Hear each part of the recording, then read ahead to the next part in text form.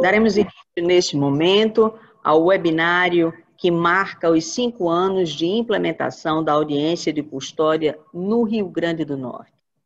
Estão presentes nesse evento a desembargadora Maria Zeneide Bezerra, ela que é presidente do GMF, está aqui representando o Tribunal de Justiça do Rio Grande do Norte. Estão presentes também o juiz Gustavo Marinho, do programa Novos Rumos. Estão presentes o doutor Fábio Ataíde, da Corregedoria Geral de Justiça, o juiz Michel Mascarenhas e demais autoridades que estão conosco virtualmente aqui nesse webinário que marca os 5 anos da implementação da audiência de custódia no Rio Grande do Norte. Teremos uma manhã de vasta e rica programação voltada para este tema e demais temas afins desta temática. Convidamos a todos, neste momento, a ouvirem o hino nacional.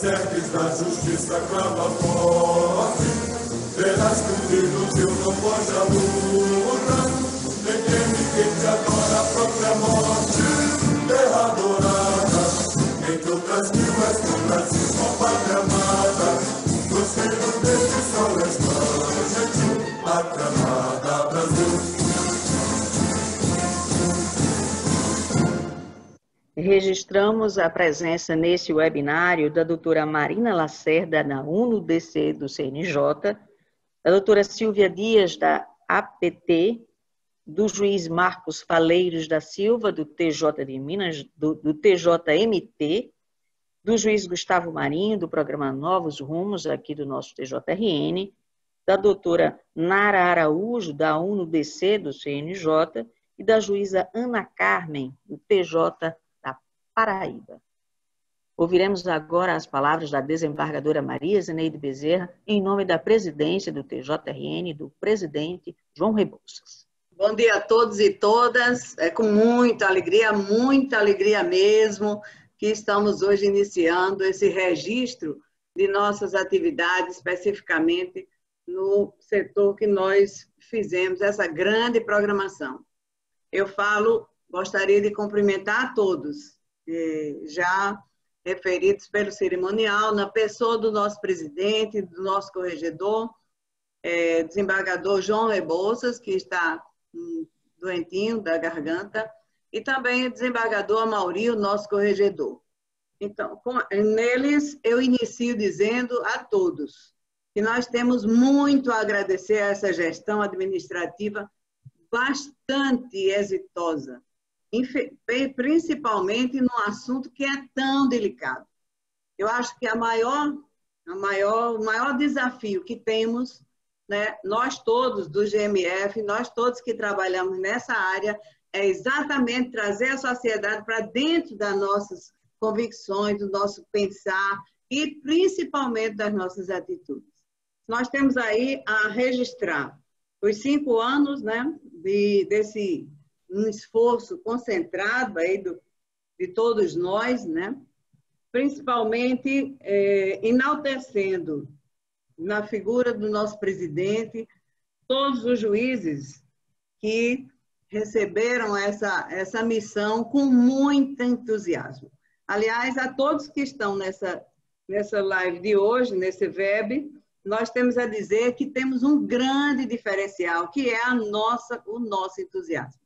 Nós todos juízes, nós todos servidores, nós todos que estamos aí na gestão administrativa dos nossos tribunais, temos essa convicção de um entusiasmo que só nos faz florescer. É como nós aí, não apareceu aí durante o hino nacional lindíssimo, as nossas imagens de nossa terra, de quem não conhece, que venha conhecê-la, mas nós estamos vendo aí o nosso Criador que vai chegar em dezembro, já nas ruas, onde a natureza está florescendo e nós vemos todos os ipês, as caibreiras, todas amarelas, dando um colorido fantástico a Natal. E aí nós temos essas audiências de custódias, né? Nós, pelo GMF, nós conseguimos levar ao DMF esses 7 escritórios sociais, né? E o ministro Fux vai estar aqui em Natal no dia 30, não só para inaugurar, né? Para instalar esses escritórios, mas também para outras atividades que a presidência, naturalmente, oportunamente vai dizer. Temos, sim, a elevar os nossos juízes, né? A partir lá de Pau dos Ferros, a quase 500 km daqui de Natal. Oswaldo, Mossoró, Luara, Rosado, Caicó, Luiz Cândido e Natal, Diego e Michel, que eu estou vendo aí, Michel Mascarenhas, lá da minha querida Tangará. Com a Humanitas 360, que é uma ONG, cuja presidente se encantou com esse pessoal que está lá internado nessas penitenciárias, nós vamos sim ainda trazer outros projetos na penitenciária, onde faremos um laboratório virtual, e também no presídio feminino, onde haverá uma cooperativa para as mulheres. E isso nós estamos aventando a possibilidade também agora em novembro. O que eu tenho a dizer com relação à atitude do Tribunal de Justiça, através de João Rebouças e do desembargador Amauri, é exatamente essa vontade de fazer acontecer numa área que é muito frágil, muito frágil. Eu acho que eu estava aqui vendo as discussões que vão acontecer durante esta manhã, nessa belíssima manhã, onde o sol aqui está resplandecente e o nosso mar está mais agitado exatamente com o calor dos potiguares, né? Eu estava vendo que disso tudo, qual é a coisa mais importante, a evidência maior? É a gente trazer a sociedade, porque ainda agora, quando falamos que estamos beneficiando aqueles que fizeram algum dia algum delito e que estão pagando por isso, nós temos assim uns olhares atravessados. Eu não sei se os nossos colegas aí de outros estados também sentem isso. Então, se o GMF, se todos nós que trabalhamos nesse campo de atuação, nesse campo nevrálgico de atuação, fizermos a sociedade entender que alguém que cometeu um delito está pagando por ele e pode vir a ser beneficiado com esses tantos projetos que nós estamos aí já vislumbrando, nós sim teremos alcançado aquele objetivo maior, que é realmente dar ao interno aquilo que ele merece. Então, com essa fala inicial, eu dou as boas-vindas a todos que estão aqui já referenciados pelo cerimonial e dizer que, infelizmente, por conta de outros compromissos, nós estamos aí amanhã a inaugurar um memorial, onde vamos levar ali naquele memorial, Tribunal de Justiça, todos os projetos e programas sociais. Então, nós estamos aqui tendo uma única visão, que é essa de social. Uma coisa que, quando o CNJ determinou que se fizesse, nós já fazíamos. A doutora Lena Rocha, a doutora Fátima Soares, eu mesma lá, por onde passei, a gente já tinha, inclusive, muitos e muitos projetos, porque nós temos a missão de julgar. É uma missão, é uma obrigação funcional, mas esse olhar social, e principalmente para aqueles que estão internados, esperando a nossa mão bem cheia de flores, como estão aí a nossa cidade, aí sim nós temos dito, sim, cumpri o meu dever ou a minha vontade de construir um mundo melhor a partir de nossas atividades, a partir da nossa vontade, a partir do nosso entusiasmo. Sejam bem-vindos, portanto, e que Deus nos abençoe, que a gente possa realmente trazer fluidos positivos para este momento tão importante que é 5 anos da custódia. Obrigada a todos. Registramos também as presenças do doutor Adesso Kepler, delegado da Polícia Civil aqui do Rio Grande do Norte, da doutora Juliana Silva Serriela, representante da ACENUR, do doutor Thales Dantas, presidente da CERAM, e da doutora Daniela Rodrigues, coordenadora estadual do Fazendo Justiça. Nesta manhã teremos na nossa programação, a abordagem acerca dos seguintes temas: audiência de custódia e combate à tortura e maus-tratos, com os expositores Marina Lacerda da Silva, da UniDC, do CNJ, Silvia Dias, da Associação de Prevenção e Combate à Tortura, o doutor Marcos Faleiros, do TJMT, e o mediador será o doutor Fábio Ataíde, juiz aqui do nosso TJRN. O segundo tema será acerca de avanços e desafios do atendimento psicossocial, pré e pós audiência de custódia. Os expositores serão a doutora Nara de Araújo, da UniDC, do CNJ, e o representante do programa Novos Rumos, o doutor Gustavo Marinho, que é aqui do nosso TJRN. O mediador será o doutor Diego Costa. A nossa programação será dividida em 3 salas, e dentro de instantes nós faremos a divisão das salas. Nessa sala, a exposição será realizada por Marina Lacerda. Marina Lacerda é supervisora jurídica do projeto de fortalecimento das audiências de custódia da ONU-DC, no escritório da ONU para questões relacionadas a drogas e crime. Também Silvia Dias Obrigado, Silvia Dias, por participar.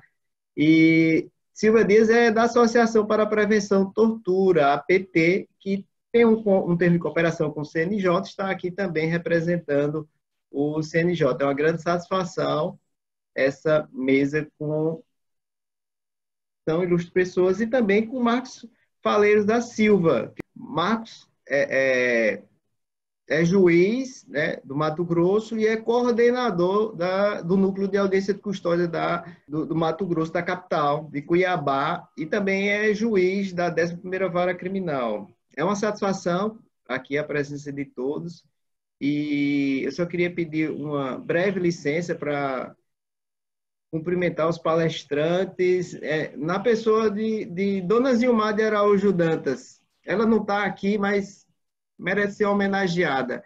Dona Zilmar de Araújo Dantas é uma ativista do sistema carcerário.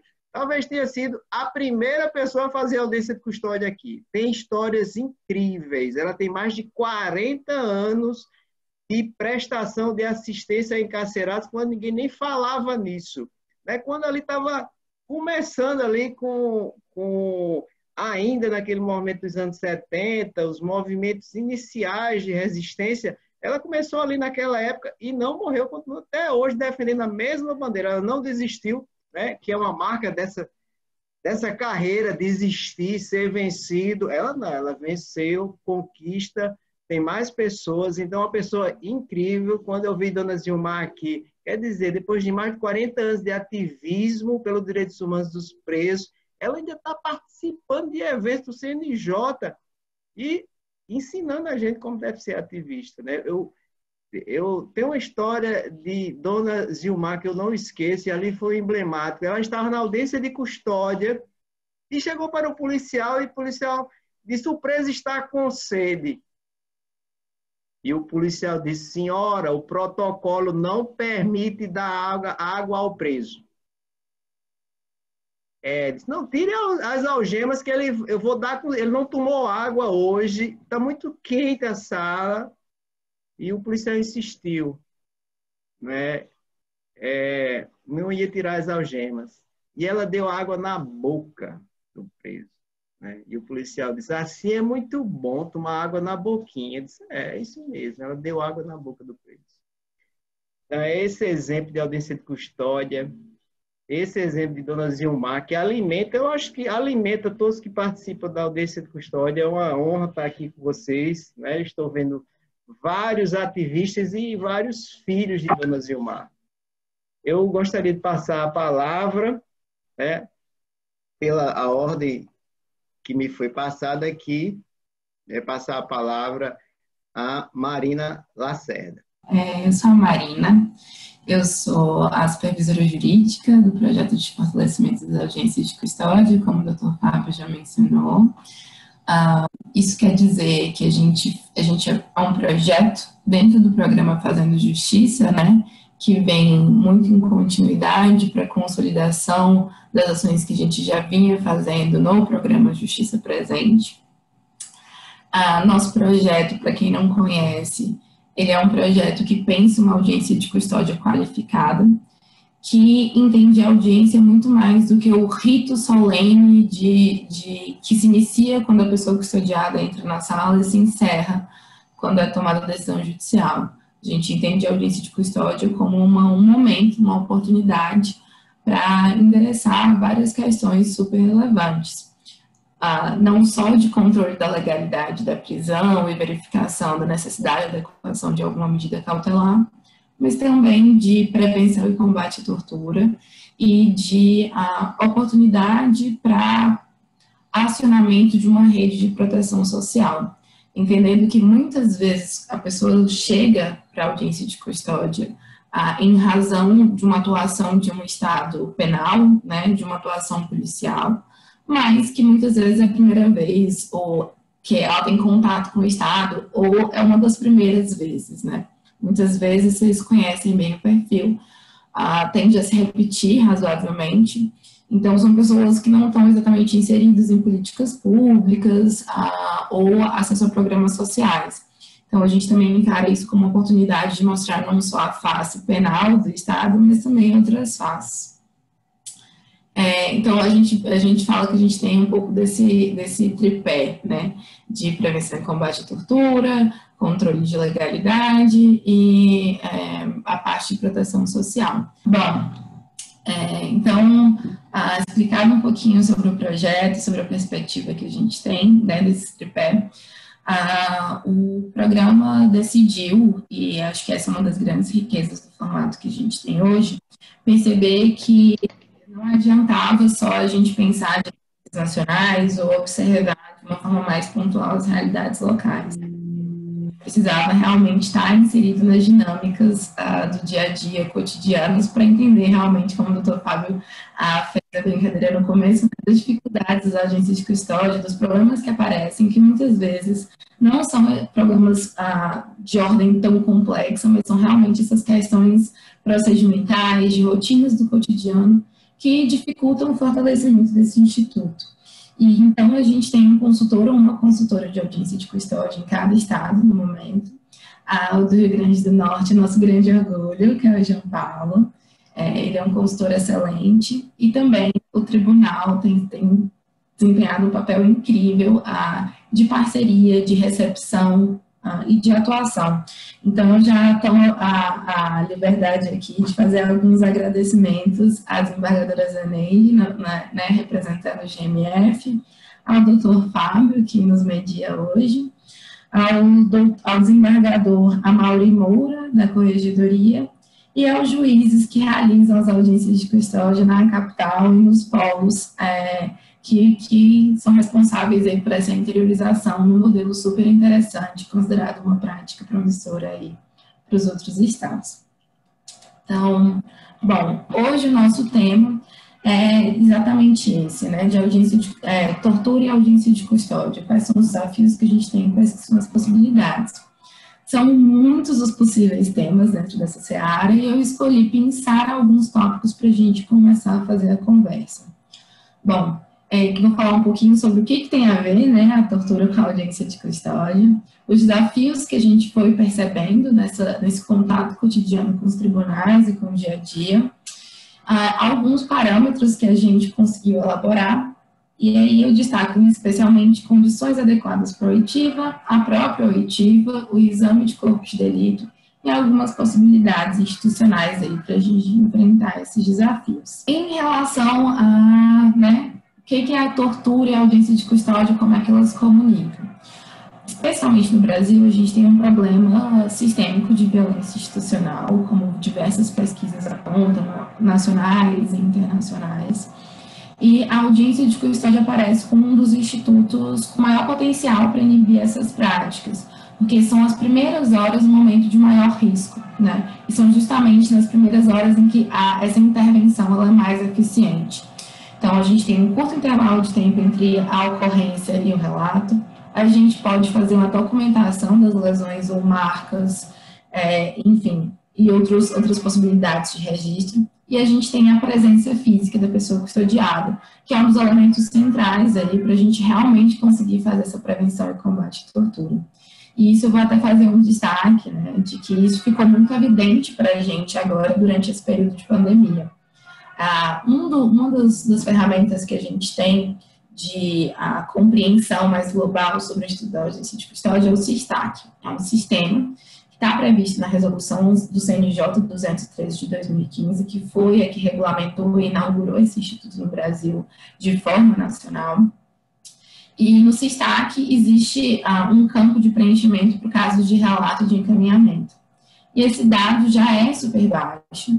E durante a pandemia, no uso da plataforma sobre análise de autos de prisão em flagrante, né, já que a gente teve o cenário de suspensão das audiências de custódia e utilização de análise de autos de prisão em flagrante como um mecanismo de segurança, né, sanitária, de controle da legalidade da prisão, a gente percebeu que houve uma redução expressiva dos relatos que chegavam para a audiência de custódia e, consequentemente, também dos encaminhamentos. Então, isso deixa muito evidente como a presença física da pessoa custodiada, ela tem esse papel central. Aí eu acho importante mencionar isso, né, porque a gente vai entrar um um pouquinho dos desafios, eu acho que vai ficar claro por que isso acontece. Então, quais são os momentos que a gente pode reparar aspectos de tortura, de prevenção e combate à tortura, enfim. Eu gosto de fazer um pouco essa divisão didática, eu acho que ajuda a direcionar esse olhar ao que pode acontecer antes, durante e depois da audiência de custódia, né? Seja em termos de riscos e oportunidades. Então, antes da audiência de custódia, a gente tem o momento da abordagem, e a gente tem deslocamentos para a delegacia, para um eventual, enfim, serviço de acompanhamento médico, a gente tem exame cautelar, a gente tem essa pessoa passando por diferentes carceragens. Tudo isso são possibilidades e riscos do que pode acontecer nesses trajetos e nesses momentos. Durante a audiência de custódia, a gente tem algumas oportunidades. O momento de entrevista dessa pessoa custodiada, o eventual relato que ela chegue a fazer, o registro dos elementos identificados, a própria decisão judicial. E depois da audiência de custódia, a gente pode seguir com algumas diligências judiciais ou não judiciais, que é o exame de corpo de delito complementar, ou um encaminhamento de proteção social, uma proteção à vida e integridade física de quem estiver correndo algum risco por conta de um relato, medidas de apuração, medidas de acompanhamento. Elementos que perpassam todos esses momentos e que demandam uma atenção, porque também são momentos um pouco de risco, de adequação de procedimentos, tem a ver com o uso de algemas, armamento e o uso da força, né? Eu acho que, primeiro, queria fazer um esclarecimento, né, de que a gente encara a segurança pública com muita seriedade e compromisso, que a gente não tem essa percepção de oposição, né, de inimizade, a gente entende muito como um papel super importante da sociedade, como um papel que precisa ser valorizado, mas ao mesmo tempo, como todas as atividades que são realizadas, precisam seguir determinados fluxos e padrões e cuidados, porque ocorrem riscos nesse momento. E esses riscos podem terminar desencadeando um ato de tortura ou de maus tratos. Então, é muito mais numa perspectiva de construir conjuntamente, pensar isso, para orientar o trabalho de todas as partes envolvidas, para além de só fazer acusações, né? Então, quais que são os desafios em relação a esses momentos, essas oportunidades que a gente foi notando? O primeiro é muito difícil para uma pessoa fazer um relato. Então, a gente já tem aí uma primeira camada de filtro, né? Essa pessoa ter condições e se sentir segura, e se sentir, enfim, minimamente ambientada para conseguir fazer um relato. Se a gente passa por uma experiência difícil, falar sobre isso pode ser um complicador, né? E desde questões psicológicas a questões de segurança, de se sentir em risco, ou até, em algumas circunstâncias, questões de naturalização. Costuma aparecer, inclusive, em algumas falas, né, de pessoas custodiadas. Foi tudo bem? Não, ele só me bateu, só me deu um tapa na cabeça, e há alguns relatos que eles mesmos naturalizam um pouco dessa violência. E como o nosso olhar, o olhar do judiciário, no caso, precisa ser um olhar diferenciado, né, para não incorporar essa naturalização. Uma vez que esse relato acontece, o que já é uma dificuldade, porque exigem condições adequadas, como, por exemplo, a não utilização de algemas, costuma criar uma ambiência favorável, ter realizado um exame antes, se sentir seguro, a gente tem uma segunda camada, que é a camada do registro. Muitas vezes, existe uma falta de conhecimento mesmo sobre quais são os procedimentos e qual que é o papel ali do judiciário nesse momento. Definitivamente não é um papel de averiguação e de constatação sobre se esse relato é verídico ou não, se esse relato, enfim, se aquele agente policial ou aquele agente estatal tem uma responsabilidade, é justamente, na verdade, um momento de coleta da maior quantidade de informações, registro, para que isso possa ser encaminhado para a apuração. Então, a apuração é um momento posterior. Então, esse é o momento de fazer perguntas, de escutar, de pedir exames, de, enfim, identificar ali quais que são os potenciais indícios e encaminhar isso. Um dos riscos que também acontece aí, ainda no relato, no caso, é o descrédito em relação à palavra da vítima. E um certo mito de que existe um benefício em alegar tortura. Olha, a pessoa custodiada vai chegar aqui e vai alegar tortura para que a gente possa liberá-lo. E a gente sabe pelas pesquisas que já existem no país e que isso não é verdade. Não é verdade porque isso, os relatos são muito poucos. Existindo os relatos, os registros são menores ainda. E as repercussões jurídicas são muito baixas, especialmente quando a gente está falando de relaxamento de prisão. Então, isso não acontece hoje. Eu acho que isso também pode ser um motivador para a tranquilidade, né? Não existe esse benefício. Acho que quando for necessário, precisa ser aplicado como uma medida compatível, não como um benefício, obviamente. Mas isso já não acontece hoje. Então, acho que a gente precisa também dar uma olhada aí. Então, passamos a primeira camada de relato, chegamos na segunda camada de registro. Vamos dizer que tudo isso aconteceu. A pessoa custodiada conseguiu relatar, os indícios conseguiram ser coletados e registrados. Aí vem esse filtro, como eu falei, das repercussões, disso gerar um possível relaxamento, disso gerar uma medida protetiva, disso gerar uma apuração, um encaminhamento para apuração pelo controle externo da atividade policial, pelas próprias corregedorias de polícia e, às vezes, pelas próprias polícias judiciárias, se for o caso de existir indício suficiente para comunicação de crime.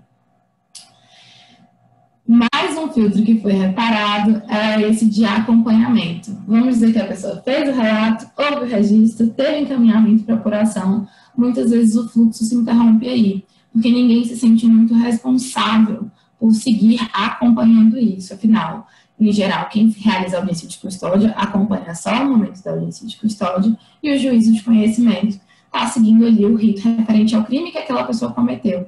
E esse acompanhamento fica num limbo, né? Isso é muito ruim para prevenção e combate à tortura, porque no fim isso também impede um desfecho que possa significar, inclusive, uma ilegalidade do próprio processo, uma nulidade de tudo o que aconteceu, alguma sanção ou alguma outra forma de controle interno ou sanção administrativa.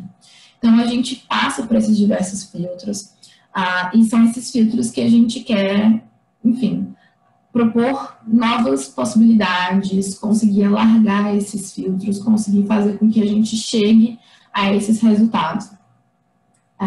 E aí, como eu mencionei, o desafio mais recente foi o da Covid, em que esses filtros ficaram ainda mais restritos e a gente identificou ainda mais problemas para poder passar por cada uma dessas fases. E muito porque, entre as condições adequadas para o relato, está justamente o fato de que a presença da pessoa custodiada diante de uma autoridade judicial tem uma relevância. É ali que ela vai conseguir, se muito, dizer alguma coisa. Ela não vai conseguir relatar isso diante de uma polícia civil, de uma polícia penal, ou às vezes até de um próprio perito. Então, quando a pessoa custodiada parou de chegar para a audiência, a gente teve uma diminuição expressiva no número de relatos, o que repercute nesses filtros, nessas camadas. Então, o que a gente começou, a partir desses desafios, o que a gente começou a pensar? A gente começou a pensar parâmetros para esses fluxos, para essas rotinas. Então, a gente partiu do protocolo 2 da resolução da audiência de custódia e a gente elaborou um manual de prevenção e combate à tortura e maus tratos na audiência de custódia, partindo do destrinchar desse protocolo, alinhados à jurisprudência nacional e internacional, práticas internacionais e nacionais, valorizando especialmente as experiências promissoras que temos já em alguns estados. Então, a ideia aqui, inclusive, não é, quando a gente pensou os parâmetros, não é de indicar caminhos ideais, impossíveis, difíceis, que não vão acontecer. Pelo contrário, é a gente operacionalizar, dar orientações práticas. E orientações práticas a partir de coisas que já existem. Eu acho que isso pode fazer muita diferença, né? A gente saber que é possível é uma forma de começar. Então, o manual, inclusive, faz parte da coleção Fortalecimento da Audiência de Custódia, que a gente está em fase de lançamento. E o evento de lançamento do nosso manual no canal do YouTube do CNJ vai ser dia 10 de novembro, uma terça-feira, às 10 da manhã. Então, fica aí o convite para uma futura participação.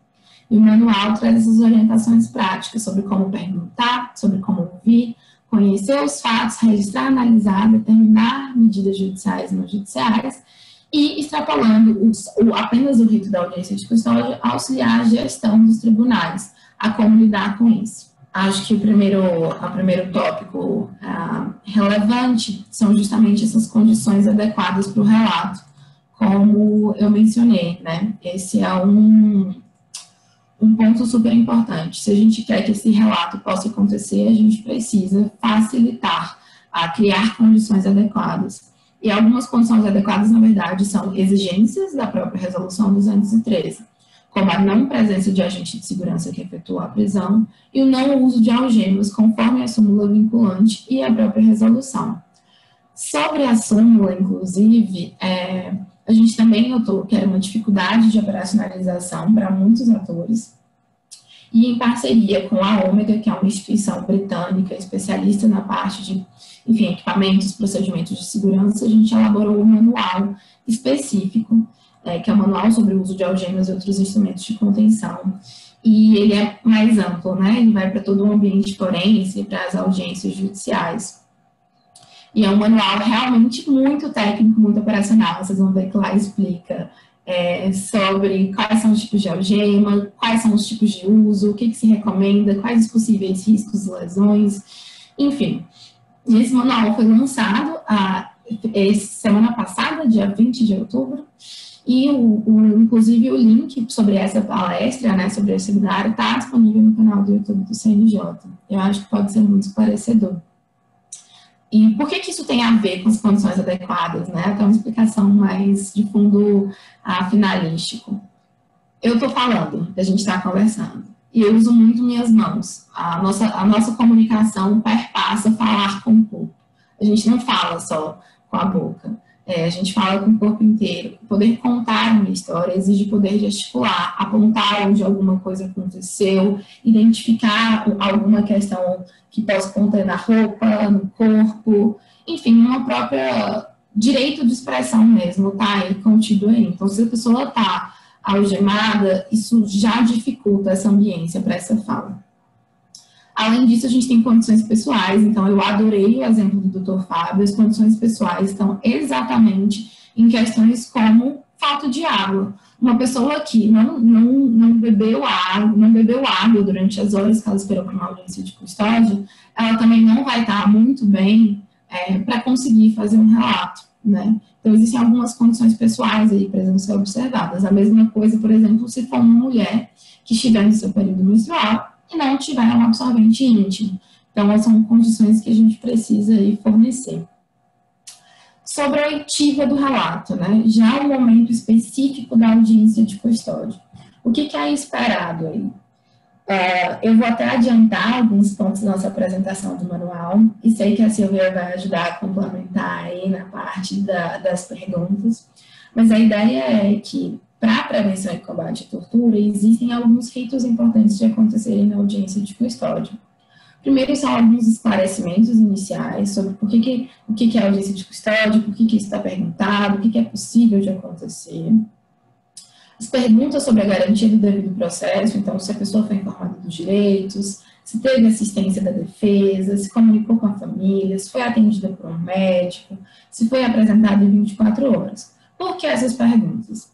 Vocês vão ver no protocolo 2 da resolução que tudo isso indicam possíveis indícios de prevenção e combate à tortura. Então, ou de práticas de tortura. Então, o que acontece? A gente precisa identificar pontos que possam indicar um problema. Se não foi facilitado a essa pessoa um acesso à defesa ou um acesso à família, existe uma probabilidade de que alguma coisa inadequada tenha acontecido nesse procedimento, e isso foi uma forma de que essa comunicação não acontecesse. Então, seguem aí indícios para mais questionamentos. A gente também recomenda que a primeira pergunta, a pergunta inicial, seja uma pergunta aberta e de fácil compreensão. Em vez de perguntar coisas como, foi tudo bem, você tem algum problema com a polícia, existem outras formas de questionar, e a ideia é que a pessoa possa fazer um relato, de que esse relato possa vir.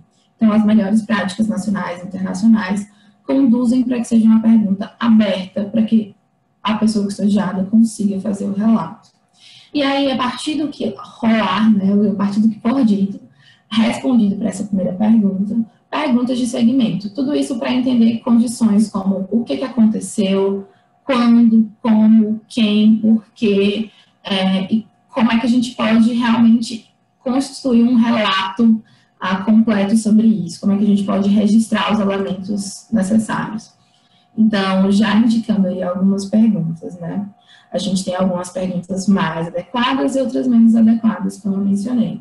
As mais adequadas seriam: a senhora ou o senhor sofreu violência? Foi agredido? O que aconteceu desde a prisão até a chegada na audiência de custódia? As outras perguntas, elas tendem a não facilitar, não permitir esse relato, né? Que é reclamação a fazer, se foi torturado. Por que a pergunta de se foi torturado não é uma boa pergunta?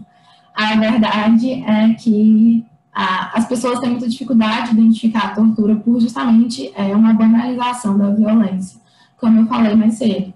Então, em geral é essa a resposta: não, eu não fui torturado, eu levei um chute, eu levei uma cotovelada, fizeram isso, mas torturado eu não fui. Então, essa pergunta, ela limita um pouco aí. Mesma coisa com problema com a polícia e passou tudo bem. Se você foi preso, não passou tudo bem, né? E se você foi preso também, você teve algum problema com a polícia. Então, acho que tem algumas perguntas melhores e por isso essas indicações.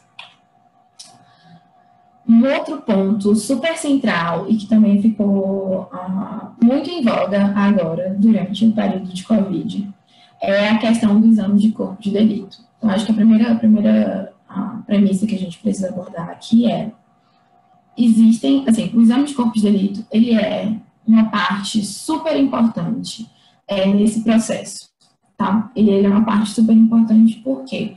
Porque ele constitui justamente uma forma de registro, de avaliação, de documentação de possíveis indícios. Mas ele também não é a única forma possível, ele não é a única pedra nessa construção maior. O relato é mais importante e uma coisa deveria casar com a outra. Por que eu estou apontando isso? Muitas vezes o exame, ele é um exame de lesões aparentes. E a gente sabe que podem acontecer práticas de tortura ou maus tratos que não deixem lesões aparentes, né? Então, a gente tem aquelas práticas com sacola, que não deixam nenhuma lesão aparente, que precisa ser analisado por vasos nos olhos e nos ouvidos. Então, exige um exame médico muito mais profundo do que o que normalmente acontece nos exames cautelares. Porque a gente sabe que existem outros métodos, como planta dos pés, por exemplo, né? Entre tantos outros que não deixam marcas. Então, pode ser que o laudo constate que não há marcas aparentes e ainda assim a pessoa faça um relato. Isso não é contraditório, tá? Isso é complementar. As marcas não são tudo, elas não são tão centrais assim. E nem sempre o laudo foi feito nas condições adequadas ou fazendo os questionamentos adequados. Então, talvez o laudo esteja insuficiente ou mesmo a prática tenha acontecido depois da realização desse laudo. Então, a gente precisa só pesar. De qualquer forma, o laudo é, sim, muito importante. E é nesse momento que eu acho que fica muito patente a necessidade de uma compreensão da atuação para prevenção e combate à tortura na audiência de custódia como uma atuação em rede. Não é um papel só do judiciário. O judiciário tem uma parcela relevante de responsabilidade, mas é também um papel da própria perícia, do Ministério Público, da Defensoria Pública. E nessa rede que se forma, a perícia tem esse papel de parceria muito forte. A perícia vai conceder elementos para análise judicial. Então, é essencial que que o rito da audiência de custódia, pela resolução, ele prevê esse laudo antes da pessoa chegar para a audiência, então ela passaria por um exame cautelar. E, se ela passa pelo exame, esse laudo precisa chegar para a audiência de custódia, porque um dos papéis do juiz ou da juíza nesse momento é fazer a análise desse laudo. Se esse laudo não chegou para a audiência de custódia, é como se ele não existisse, porque a avaliação não foi possível.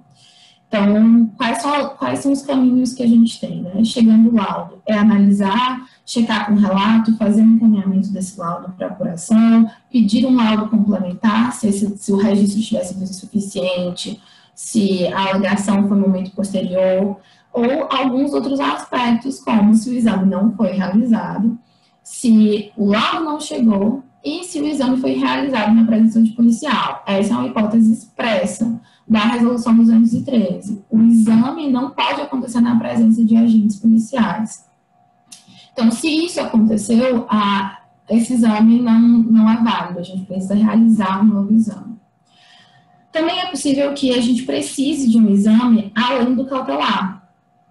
Por exemplo, essa questão, né? Foi feito um exame cautelar, nesse exame cautelar não se identificaram marcas, mas o relato que a pessoa fez, e ela não fez para o perito, ela fez perante a autoridade judicial, indicando que houve uma prática que não deixa marcas aparentes, mas que é possível checar, por exemplo, essa história da prática da utilização de saco, como eu falei, né? Do saco plástico, do afogamento seco, que a gente chama, ser pedido um exame complementar para verificar se houve lesões aos vasos do nariz ou dos olhos, para identificar isso. Então, a gente pode fazer um exame, pedir uma requisição de exame complementar. Outras diligências também podem ser adotadas na audiência de custódia, que são a de gravação dessas lesões ou de fotografias dessas lesões, ou enfim, do que for apontado. Também outra forma de perceber, né, as roupas que a pessoa está, se ela chega com a roupa que ela foi feita a prisão, também constituem indícios, elementos a serem analisados ali. Está rasgada, não está rasgada, foi cortada, foi retirado algum pedaço, então tudo isso precisa ser também levado em consideração. Bom, a gente então, abarcado esses três aspectos que eu queria trazer para vocês, a gente tem algumas possibilidades, né? Então, como é que a gente toca isso? Como é que a gente consegue enfrentar esses desafios num ambiente tão complexo? Acho que o primeiro desafio é um desafio realmente de formação. Daí a nossa proposta em relação ao manual é que todo mundo que realize audiência de custódia possa ter acesso a esse material para poder conseguir incorporar procedimentos, para que possa operacionalizar esses cuidados, mas que também a gente possa fazer proposições via eventos como esse. Então, eu já congratulo o tribunal pelo interesse no tema. Ou mesmo atos de formação com escolas de magistratura, pensando na riqueza que é a gente poder aprender e melhorar e aprimorar esse instituto, fortalecer e realmente fazer uma atuação efetiva de prevenção e combate à tortura. Uma outra possibilidade super importante, sei que o Rio Grande do Norte oferece toda a ambiência para isso, é justamente esse pensar em rede, essa atuação interinstitucional, em que a gente tem oferecido, pensando justamente, protocolos, de forma que a gente padronize as formas de atuação, os mecanismos de monitoramento, os fluxos de informação. Por quê? Nesse atuar em rede que a gente falou, é possível ver que surgem vários buracos, né?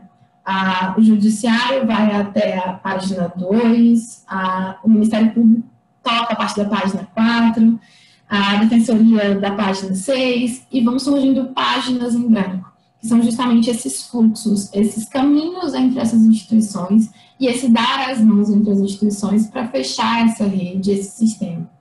Então, é super importante que todos os atores sejam também contemplados, né? Existem dificuldades do Ministério Público, existem dificuldades do Judiciário, existem dificuldades da Defensoria, existem dificuldades de entidades da sociedade civil, existem dificuldades da própria Secretaria de Segurança Pública. Então, se a gente consegue colocar todo mundo na mesa, a gente pode fazer e propor uma atuação que contemple todas essas dificuldades e que realmente consiga fechar esse sistema. Pensando sempre todas as outras entidades como parceiros e não oposição, né? Acho que é um fim mútuo, uma obrigação mútua do Estado prevenir e combater a tortura. Nesse sentido, só para reforçar também, um dos papéis centrais a ser desempenhado não é só, em termos de judiciário, não é só o do juiz ou da juíza da audiência de custódia, mas também do próprio GMF, num papel de monitoramento, de conseguir seguir essa sequência, né? Uma vez que acabou a audiência de custódia, como é que a gente percebe isso? Como é que a gente percebe se o Ministério Público conseguiu seguir com as investigações, com as apurações, ou a própria polícia? Como é que isso vai ser endereçado? Como é que a gente pode pensar ações de formação? Marina, desculpe interromper, mas só para avisar que para você encaminhar para o encerramento, porque a gente tem a outra fala e ainda precisamos fazer um debate, pelo menos com algumas perguntas para... Tá certo? Tá certo, peço até desculpa se eu falar do tempo. Enfim, são essas possibilidades que a gente tem e que a gente identifica como práticas muito possíveis e muito cabíveis na realidade do Rio Grande do Norte, e esse evento já é uma sinalização disso. Então, eu agradeço e deixo a palavra aí, então, para o doutor Fábio passar adiante. Parabéns pela palestra. Eu anotei aqui algumas questões, mas vamos deixar para os debates. Então, vou passar a palavra a agradecer, né, mais uma vez a Marina Lacerda pela brilhante palestra e passar a palavra a Silvia Dias, da Associação para a Prevenção e Tortura. Bom dia a todas e todos.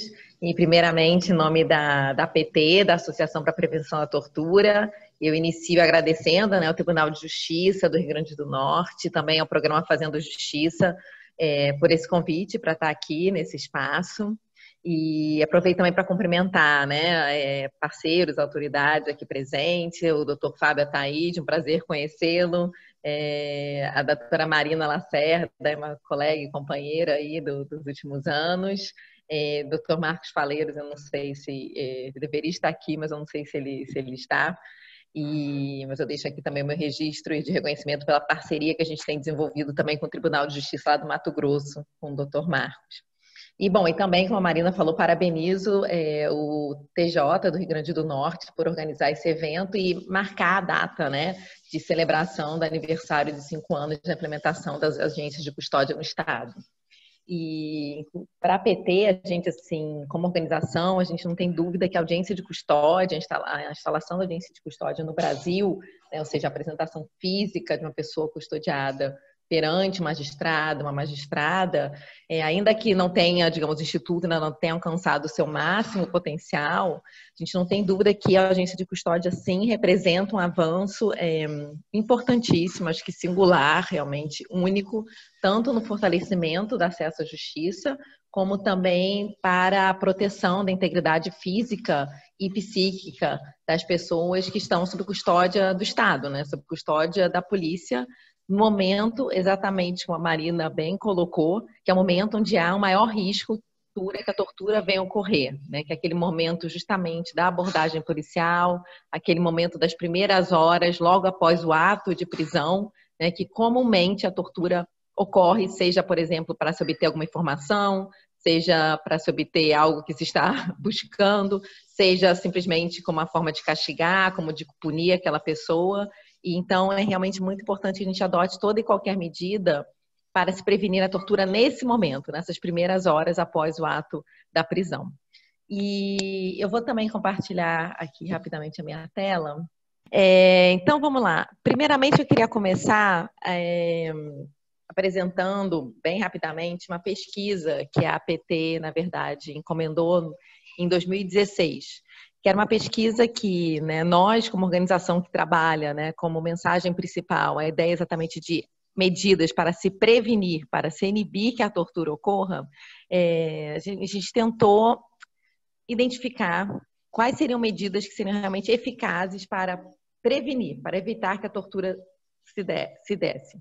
Então, nós encomendamos uma pesquisa que estudou a prevalência, né, da tortura em 16 países e tomou como um período amostral 30 anos, de 1984 a 2014, exatamente para tentar avaliar o impacto de medidas voltadas a evitar que a tortura ocorra.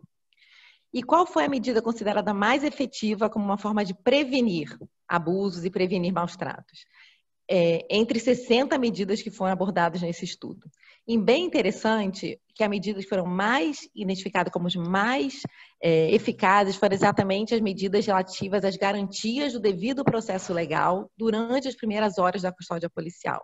Ou seja, aquelas medidas que são voltadas a garantir que a pessoa possa rapidamente notificar sobre a prisão, né, a um familiar ou a uma terceira parte, o acesso rápido daquela pessoa custodiada a um advogado, né, um defensor público, o exame médico feito por um profissional independente e o comparecimento em curto espaço de tempo perante um juiz. Ou seja, as nossas audiências de custódia, elas foram identificadas basicamente como num estudo global, como realmente uma das maneiras mais eficazes para a gente evitar que a tortura ocorra. E, como a Marina falou, a audiência de custódia, na verdade, realmente é um dos institutos com esse maior potencial para inibir a prática de tortura. E por quê? Por que isso? Porque é um momento exatamente privilegiado para a gente identificar, e acho que é um momento até não só privilegiado, acho que é um momento que é assim, único, realmente insubstituível, para identificar, coletar e registrar indícios, né? Por todas aquelas razões que a Marina, né, comentou, que a audiência se dá num espaço muito curto de tempo, né? Exatamente entre o ato que pode ter ocorrido, potencialmente pode ter ocorrido, e aquela presença física perante o juiz. Ou seja, toda aquela informação ainda está muito fresca, né? Não está muito presente. Então, o relato pode sair ali de uma maneira muito mais eficiente, eficaz, e é um momento chave para se documentar qualquer tipo de lesão, qualquer tipo de marca, alguma consequência, algum sintoma daquela violência sofrida, né? E a gente sabe muito bem que a dificuldade para apurar um ato, uma prática, um crime de tortura, muitas vezes é exatamente porque a gente não tem mais o acesso à lesão, à marca, aos sintomas, às consequências daquele ato, que com o passar do tempo eles vão, né, se perdendo, eles vão desaparecendo.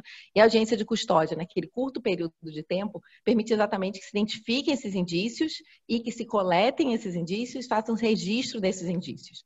Então, é um momento realmente que eu acho que é insubstituível e que a gente tem que tentar, então, de alguma maneira, potencializar esse ato, esse momento, para que se possa realmente haver uma verificação adequada dos indícios de tortura. E só fazendo um alerta aqui, que eu acho que também foi o que a Marina colocou, e acho que é algo que a gente vê muito nos diálogos com os operadores do sistema de justiça, que sempre há, muitas vezes, aquela preocupação da parte, muitas vezes, do magistrado, né, mas que coloca a preocupação para a gente, de que eles se sentem que não é aquele momento, como é que eles naquele momento irão determinar se houve tortura ou irão acusar o policial XYZ de que se houve tortura, mas esse não é o objetivo da audiência de custódia, né? A audiência de custódia não será feita uma comprovação da tortura nem dos maus tratos. O objetivo da audiência de custódia é simplesmente esse, identificar se no relato sai algum indício, coletar, então, registrar em ata, fazer o devido registro, né, por escrito, e em qualquer tipo de lesão física ou consequência através de um exame de corpo de delito. Então, é o momento de se registrar esses indícios, se colocar tudo bem documentado, para que possa ocorrer uma apuração que vai levar a uma conclusão se houve ou não, né? Mas não é o momento ali de se comprovar, né? Mas é esse momento dessa identificação dos indícios. E isso que acho que é a questão-chave, né, que a gente tem que olhar e ter cuidado quando a gente fala das audiências de custódia. Sobre a realização das audiências, pensando realmente na condução da audiência, eu acho que há 4 momentos assim, que são chaves, né, quando a gente pensa em construir essa audiência, né, de uma forma, assegurando-se as condições adequadas para que saia um relato de um possível abuso ou maus tratos, né? E eu divido talvez em 4 momentos que acho que são os momentos chaves. O primeiro é realmente o da fala inicial, aquela abertura da audiência, né? Como o juiz coloca o início da audiência.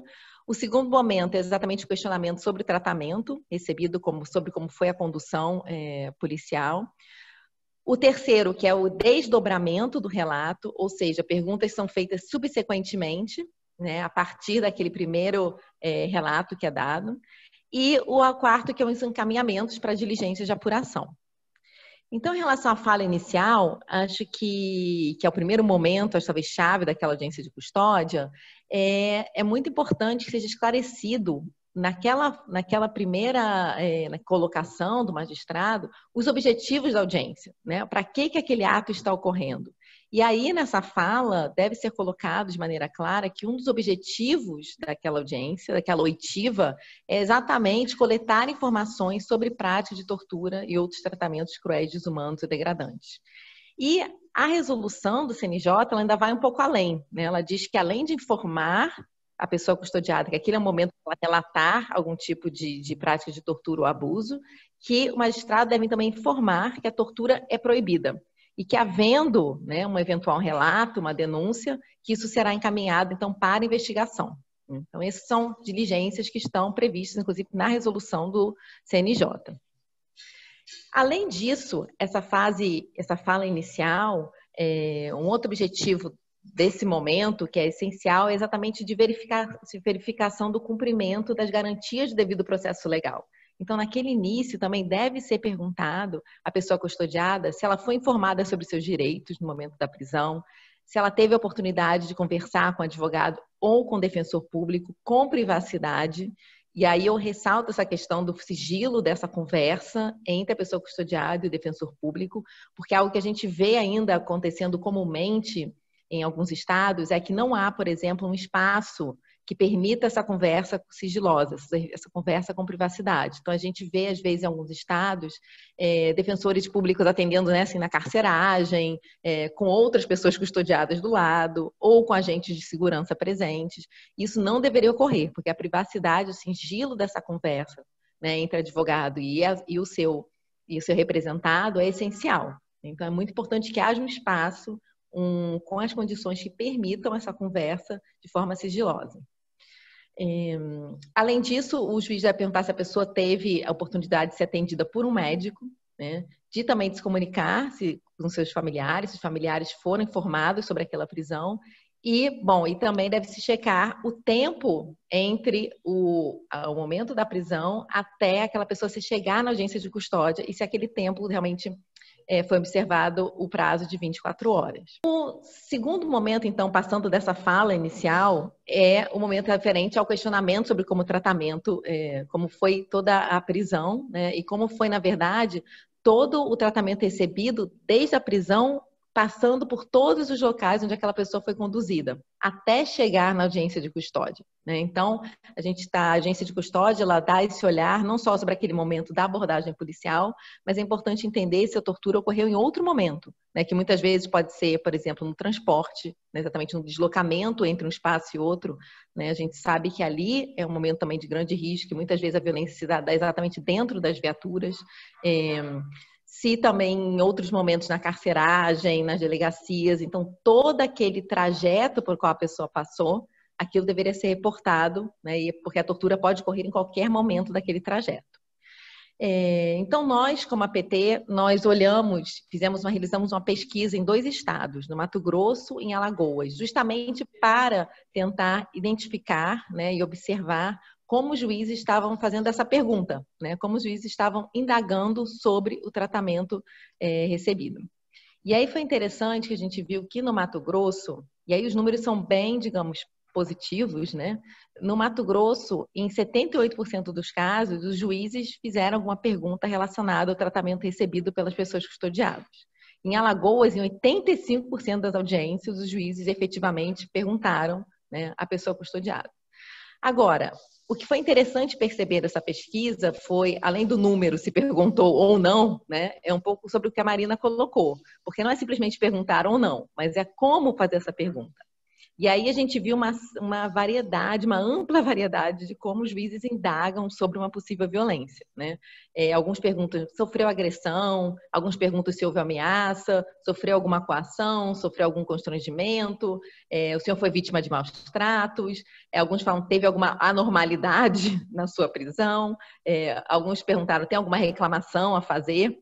E, obviamente, isso como a pergunta é feita, na verdade, é o ponto, né, crucial. E como a Marina comentou, algumas perguntas, por exemplo, obviamente, assim, não são cabíveis, né? Porque, assim, a normalidade, o que é uma normalidade no momento da prisão, né? A gente, assim, é até difícil interpretar o que quer dizer isso, né? É alguma reclamação. Reclamação é tão amplo, né? Imagino que alguém que foi preso, sim, vai ter reclamações a fazer, né? Então, assim, é importante ver como essa pergunta é colocada e que ela seja direcionada de uma forma direta e clara para que a pessoa compreenda o que se está perguntando, efetivamente. Além disso, algo que nos trouxe alguma preocupação é que nós observamos uma postura muitas vezes de duvidar ou de desconsiderar aquele relato, ou mesmo de se tentar justificar a violência. Então, nós vimos, por exemplo, algumas situações onde a pessoa relatava, né, a pessoa custodiava, relatava ter sofrido violência, e aí vinha um comentário um pouco meio que justificando, né? ah, mas você estava fugindo da polícia, você resistiu à prisão, ou então, ah, o policial te bateu do nada, você não resistiu, você não se opôs à ordem policial. Então, perguntas que vão exatamente num sentido de desconsiderar, né, ou desprezar o que está sendo relatado, ou mesmo às vezes a tentar justificar aquela violência. E aí eu queria trazer um comentário importante, que eu acho que isso sai também em alguns diálogos que a gente faz, que é a questão da pessoa tentar resistir à prisão, e se isso de alguma maneira já seria justificativa, né, para a violência que seja exercida pela polícia.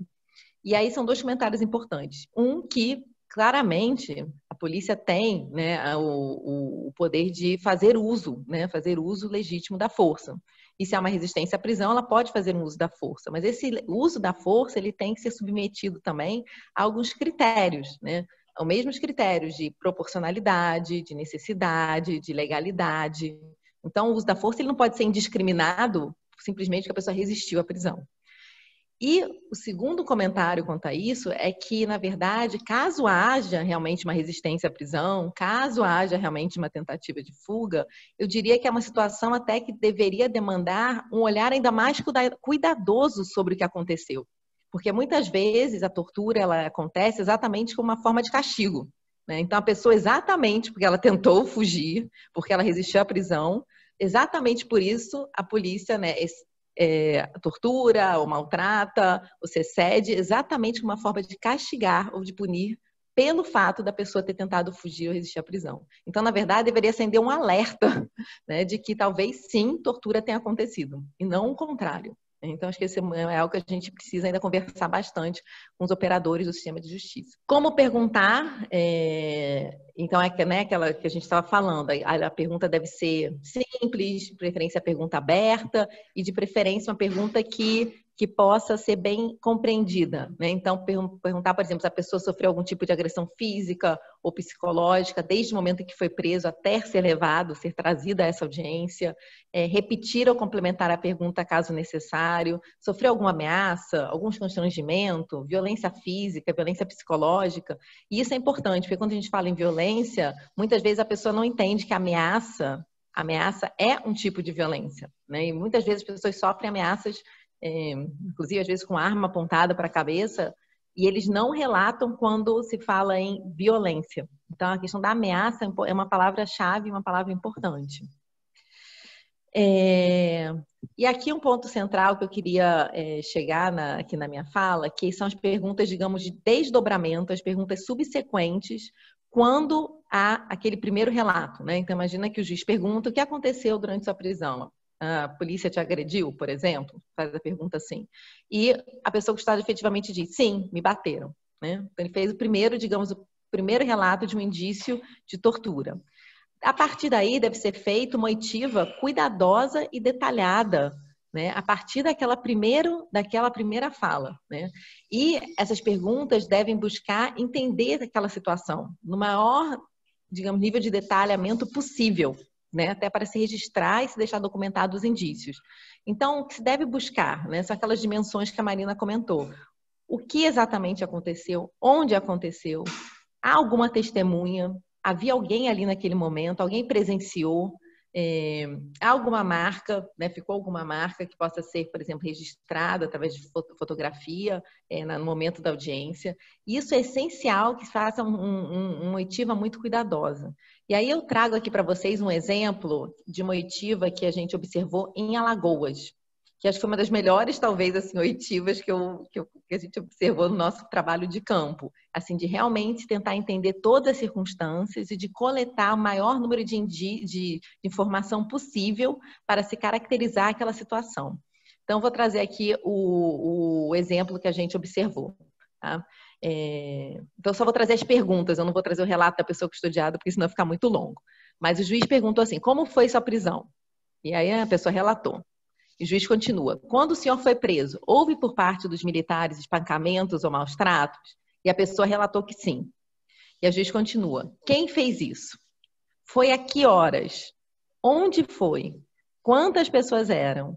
E ele menciona que estava todo mundo encapuzado de balaclava, né? Aí ele pergunta, mas estavam todos de balaclava? Eles disseram para você por que eles estavam fazendo isso? Como eles fizeram? Quem mais estava lá? Né? Ou seja, se havia alguma testemunha que observou? Foi a que horas? Qual o nome da sua mulher? E aí já passou para a promotora a palavra. A promotora continua fazendo oitiva, né? E ela pergunta o nome da mulher porque a pessoa custodiada justamente tinha respondido que a mulher presenciou a violência. Então a promotora pergunta, qual o nome da sua mulher? E aí a promotora continua. Quando a polícia deu o mata-leão, perguntou algo para você? E aí também essa parte é extremamente importante, essa pergunta que ela coloca. Porque isso, perguntou algo para você, ou era falado alguma coisa a você no momento da violência, isso pode nos trazer justamente a motivação, né? O porquê daquela violência, né? Será que eles estavam procurando alguma informação? Eles estavam perguntando alguma informação? Será que eles estavam procurando por algum objeto? Então, essa pergunta é essencial, né? Se no momento da agressão, algo estava sendo dito, algo estava sendo perguntado, isso dá motivação por trás de uma possível tortura. Bom, e a promotora continua. Comunicou a violência a alguém, ao delegado, ao agente? A viatura era de que cor? Fez exame de corpo de delito? Você levou pancadas aonde? Pode tirar a camisa e mostrar na câmara? E aí o custodiado levanta a camisa, ele mostra algumas marcas, né, e tiram e deixam isso registrado em vídeo, as marcas das agressões. Então, isso é um exemplo de como uma oitiva pode se dar a partir de um relato que saia, né, de violência sofrida, né? Então, todos aqueles elementos que devem ser observados e para que se possa ser registrado e, com isso, encaminhado, então, para uma apuração. E, por último, para fechar, a questão das diligências, né? Claramente, a audiência de custódia ela não vai alcançar o seu potencial, né, o seu fim, se não forem tomadas devidas, obviamente, encaminhamentos pós-audiência, né? Então, um relato sair e nada acontecer a partir daquele relato, obviamente, a gente vai perder o objetivo da audiência. Então, tem uma série de diligências que o magistrado pode determinar ao ouvir um relato de tortura, né? Em geral, são diligências encaminhadas ao Ministério Público, muitas vezes ao órgão de controle externo da atividade policial, quando há, aos órgãos de correição administrativa, a encaminhamento à perícia para um exame de corpo de delito, e inclusive também se pode determinar já a instauração de um inquérito policial naquele mesmo momento. E o que deve acompanhar esse envio, esses ofícios a desses destinatários? E aí tem uma série de documentos que podem acompanhar essa comunicação, né? A ata da audiência é um deles. O segundo, e eu acho que isso é muito importante, um relatório escrito do depoimento da pessoa custodiada sobre a alegação da tortura. E aqui eu gostaria de enfatizar, porque o que a gente tem visto, conversando muitas vezes principalmente com o Ministério Público, né? Com os órgãos de controle externo da atividade policial no Ministério Público, que muitas vezes eles recebem um ofício, né, da audiência de custódia que diz simplesmente o seguinte: encaminho mídia da audiência de custódia número XYZ, da qual saiu o relato de tortura e maus tratos. Ponto. Só isso. E recebem aquela mídia daquela audiência com um ofício padrão que diz somente isso. E em alguns estados eles recebem centenas. E como eles conseguem, então, apurar dessa forma, né? Com um ofício que é padronizado, igual para todos os casos? Torna muito difícil, realmente prejudica muito a apuração. Então, o ideal realmente é que haja um pequeno relatório sintético, por escrito, com a descrição, por exemplo, da oitiva, por exemplo. Uma transcrição de uma oitiva como essa poderia sair já no relatório sintético, que seria, então, encaminhado junto, obviamente, com a mídia, né? Mas a mídia seria algo suplementar, que a partir daquela leitura, tanto o Ministério Público como a Corregedoria já teria uma visão muito mais clara do que aconteceu. E a partir dessa leitura, já então aí, caso necessário, vai abrir a mídia, vai escutar mais, vai buscar mais informação. Mas os ofícios padronizados, simplesmente encaminhando mídia, isso realmente a gente tem notado que não tem dado o resultado desejado. Então, um relatório escrito é muito importante. E, por último, bom, a mídia, né, da gravação e também fotos. Muitas vezes são encaminhadas fotos, por exemplo, quando a pessoa tem alguma marca visível, né, que não é sempre, mas quando a pessoa tem alguma marca visível, assim, costumam-se fazer fotos. E é muito importante ter também cuidado com a qualidade e a resolução da foto, porque muitas vezes são usadas foto, inclusive a câmera do próprio computador, a resolução é péssima. E depois, quando você vai efetivamente, né, ver aquela foto, posteriormente, a qualidade é tão ruim que não se faz muito com aquela foto, não se consegue fazer muito a partir daquela foto. Então, a qualidade e a resolução da foto também são pontos chaves. E para fechar, eu só vou, então, trazer uma reflexão aqui que eu queria falar sobre a questão estrutural na audiência de custódia, que é um exemplo, inclusive do Mato Grosso, que acho que é um exemplo muito positivo que eu queria trazer para essa conversa aqui no Rio Grande do Norte, que no Mato Grosso, os familiares das pessoas custodiadas e a equipe técnica de atendimento psicossocial, elas têm acesso à sala da audiência de custódia. Então, elas estão presentes na audiência de custódia. Então, e isso eu acho que traz um ganho enorme a audiência por distintas razões, né? Uma porque que a gente observa é que o juiz se sente muito mais, digamos, cômodo, por exemplo, de tomar uma decisão de não converter aquela prisão, né, em prisão preventiva, ou seja, de liberar aquela pessoa, se ela vê, por exemplo, que a família está ali presente, né, que a família está ali e diz, né, que vai prestar um apoio, que vai dar um acolhimento àquela pessoa. Aquilo, na verdade, traz para o magistrado informação importante no sentido de, né, de então sentir que pode liberar, porque há um apoio familiar que vai ser prestado àquela pessoa que vai ser liberada naquele momento. A mesma questão, a mesma lógica para o atendimento psicossocial, né? Se a pessoa passou pela equipe técnica, é muito importante que essa equipe técnica esteja presente ali, porque ali também o juiz pode fazer alguma pergunta adicional, por exemplo, que não está no formulário de atendimento, e isso tudo pode ajudar para que o juiz faça um juízo de valor e tome uma decisão referente a liberar, né, ou não aquela pessoa. Então, acho que isso é uma prática muito, muito positiva, que não sei se no Rio Grande do Norte é assim, mas eu só vejo realmente que traz muitos ganhos a toda a dinâmica da audiência de custódia, inclusive até um ganho para o juiz mesmo, no sentido de chegar à sua decisão.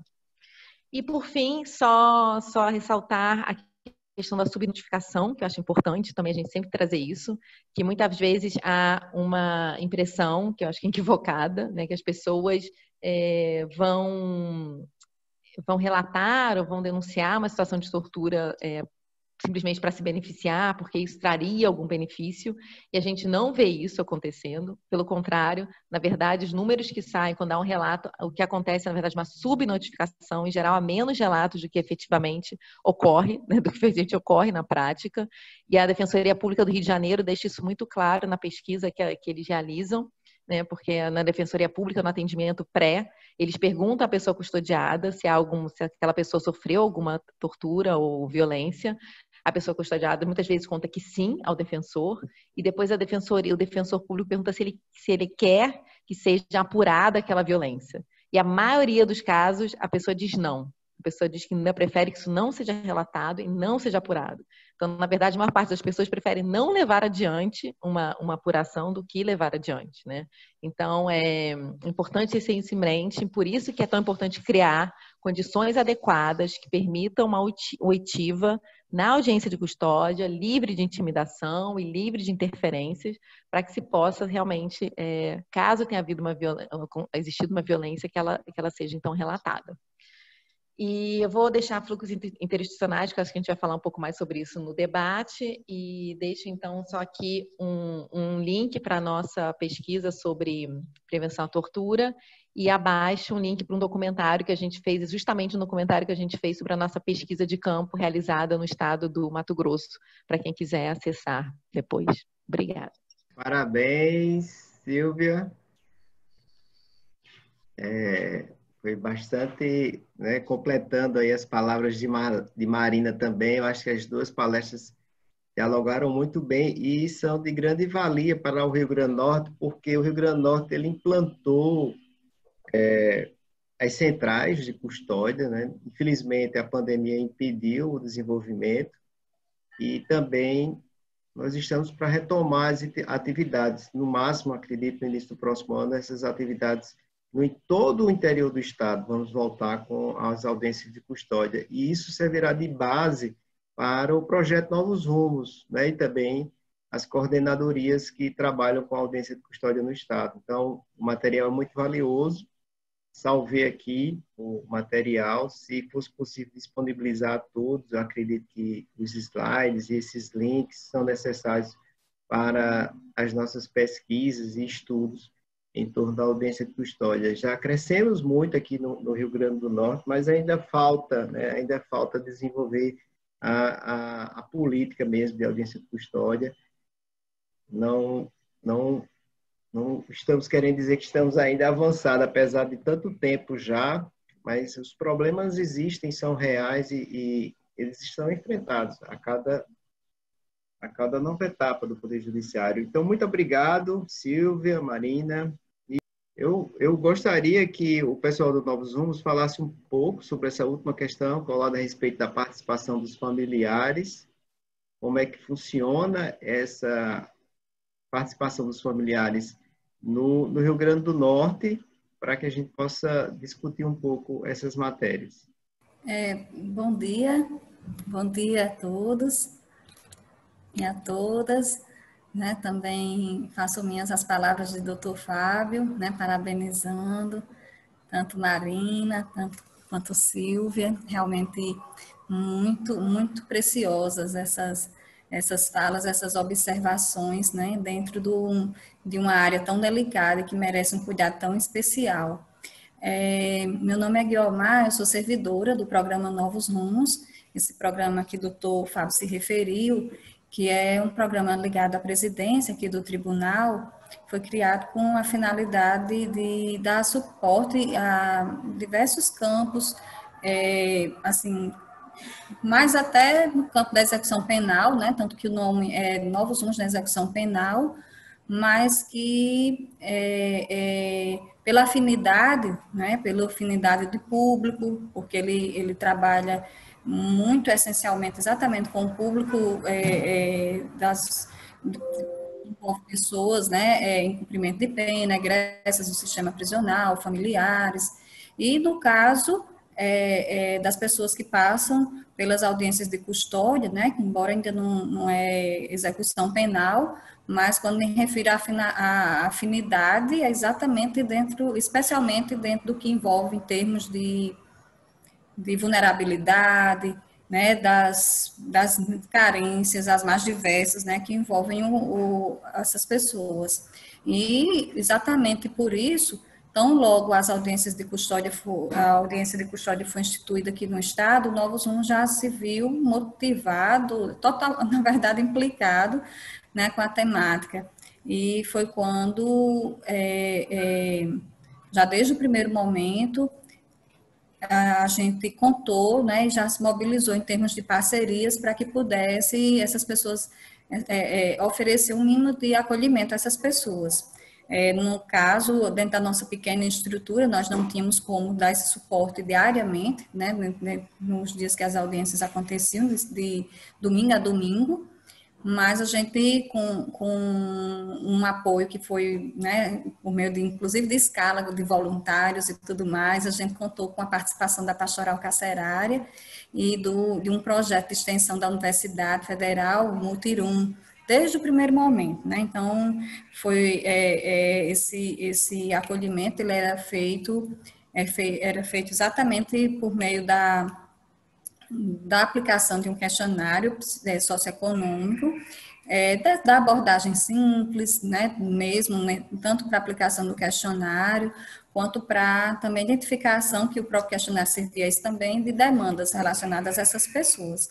Mas esse acolhimento, ele é muito além, né, doutor Fábio começou aqui no início da sala, trazendo a preocupação, a sensibilidade por parte desses voluntários, que, assim, nós somos muito gratos, né, muito gratos a todos eles, porque colaboraram muito especialmente naquele momento inicial, onde tudo, né, onde era tudo muito novo para o tribunal, muito novo para todos os que atuavam conjuntamente, seja defensoria, seja Ministério Público.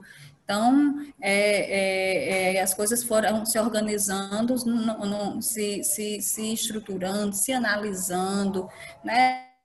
Várias questões. Ainda hoje, a gente percebe que precisam ser melhoradas, aprimoradas para humanizar mais, para realmente garantir essa dignidade das pessoas que passam pelas audiências, né? Aqui no chat tem um comentário aqui de Lênora, né, nossa colega, falando sobre uma pesquisa feita que eu nem sabia, fiquei muito entusiasmada de saber dessa pesquisa, né, que já vou falar com elas para ter acesso, mas já parabenizo desde já pela sensibilidade em relação ao tema, e ela mencionando o frio, né, ela fez uma observação sobre o frio das audiências. Isso era um ponto que a gente percebia muito mesmo. É uma sala, a sala de audiências, né? Então, é uma sala que realmente eu digo, meu Deus do céu, a gente quase congela.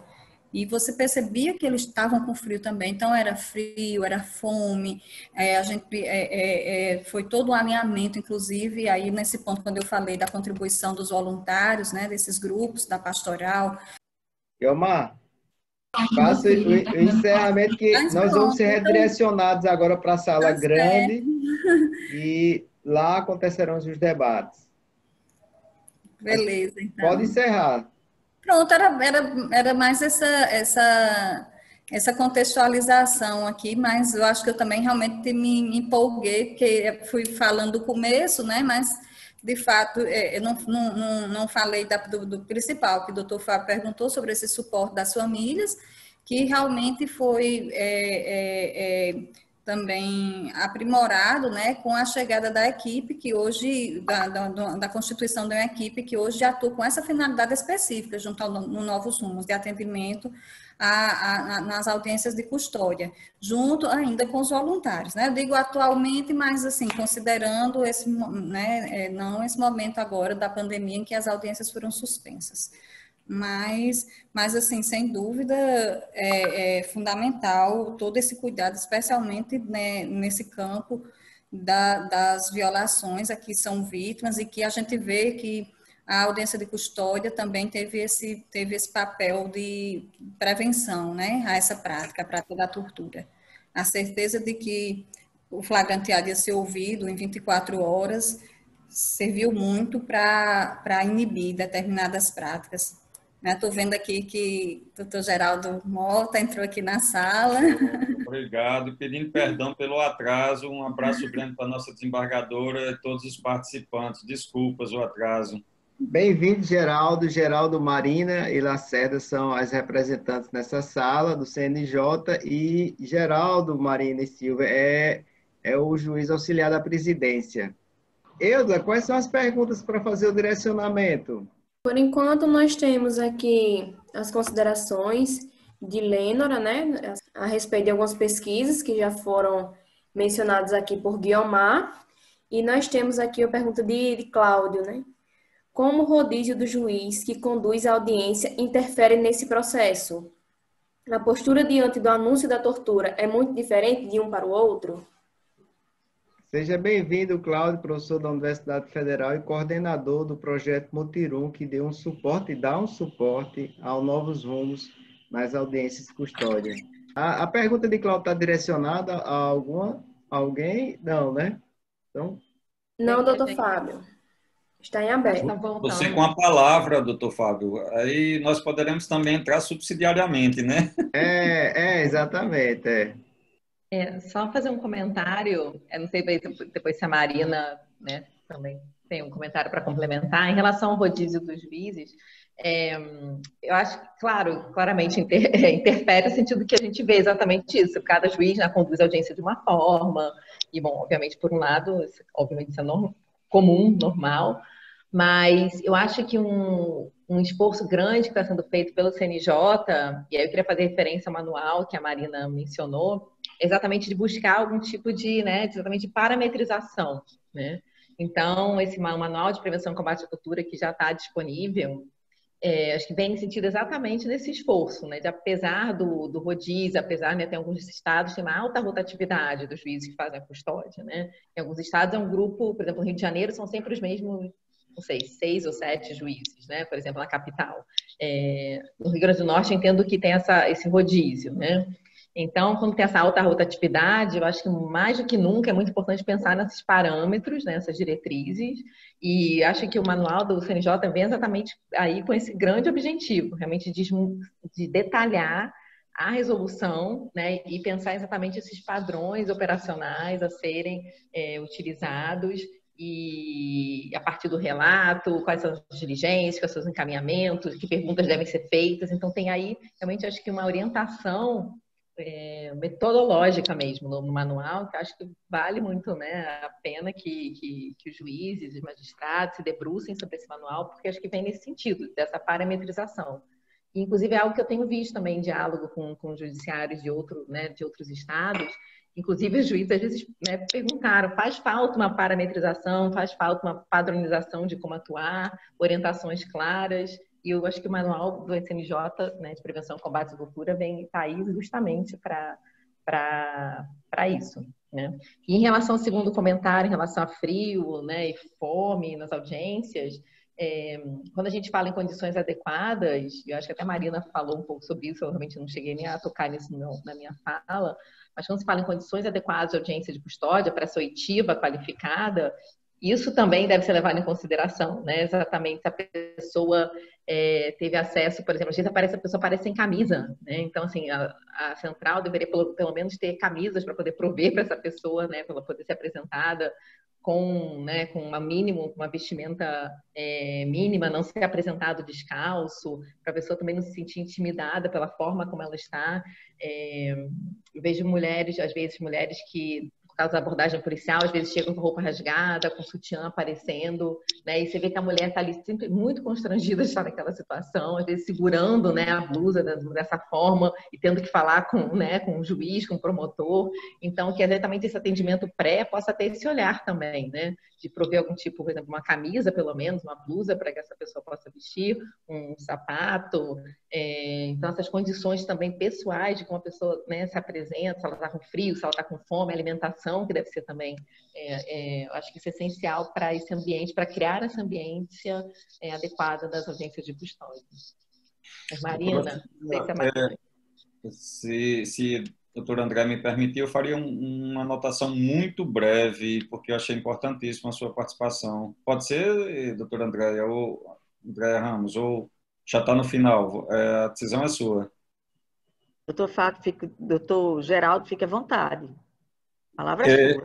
O nosso formato aqui de rodízio para os magistrados em audiência de custódia é porque a audiência é feita ao final do expediente, normalmente final da tarde e adentra até pela noite.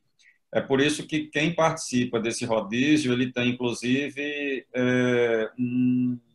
uma compensação extra, tendo em conta que nós não temos um juiz específico, uma unidade específica, tanto quanto outros estados. O Rio de Janeiro realmente parece-me que tem um aporte maior em número de magistrados, e aí poderia direcionar um quantitativo somente para a audiência de custódia.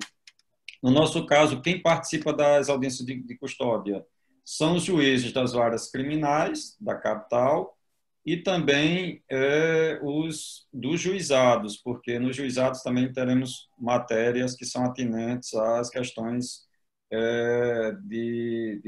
principalmente juizado criminal. E, de fato, nós temos um rodízio.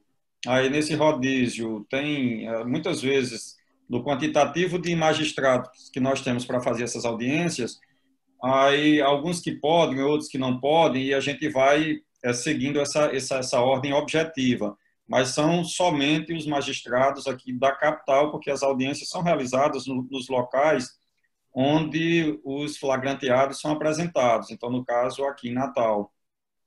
E, assim, em face do pensamento que cada magistrado tem a respeito de determinadas matérias, aí realmente é uma dificuldade maior.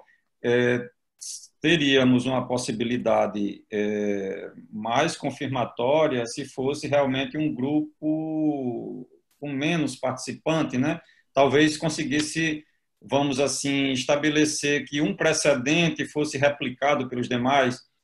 Mas realmente nós temos aí, é indiscutível essa sua observação de extrema importância. Nós temos aí, em algumas situações, alguns magistrados são mais flexíveis, outros que são mais rigorosos, mas isso faz parte também do processo quando sai da audiência de custódia, né? Porque os juízes, no caso, a nossa primeira e segunda varas criminais aqui é só tribunal do júri. Aí da terceira até a 12ª é por distribuição. Aí a 13ª para frente já são matérias especializadas, tóxicos e assim. Então, de qualquer maneira, também quando chega ao judiciário, esse tratamento vai ser de forma diferenciada, não terá uniformidade, como nós temos aqui precedentes de vários magistrados nessas circunstâncias.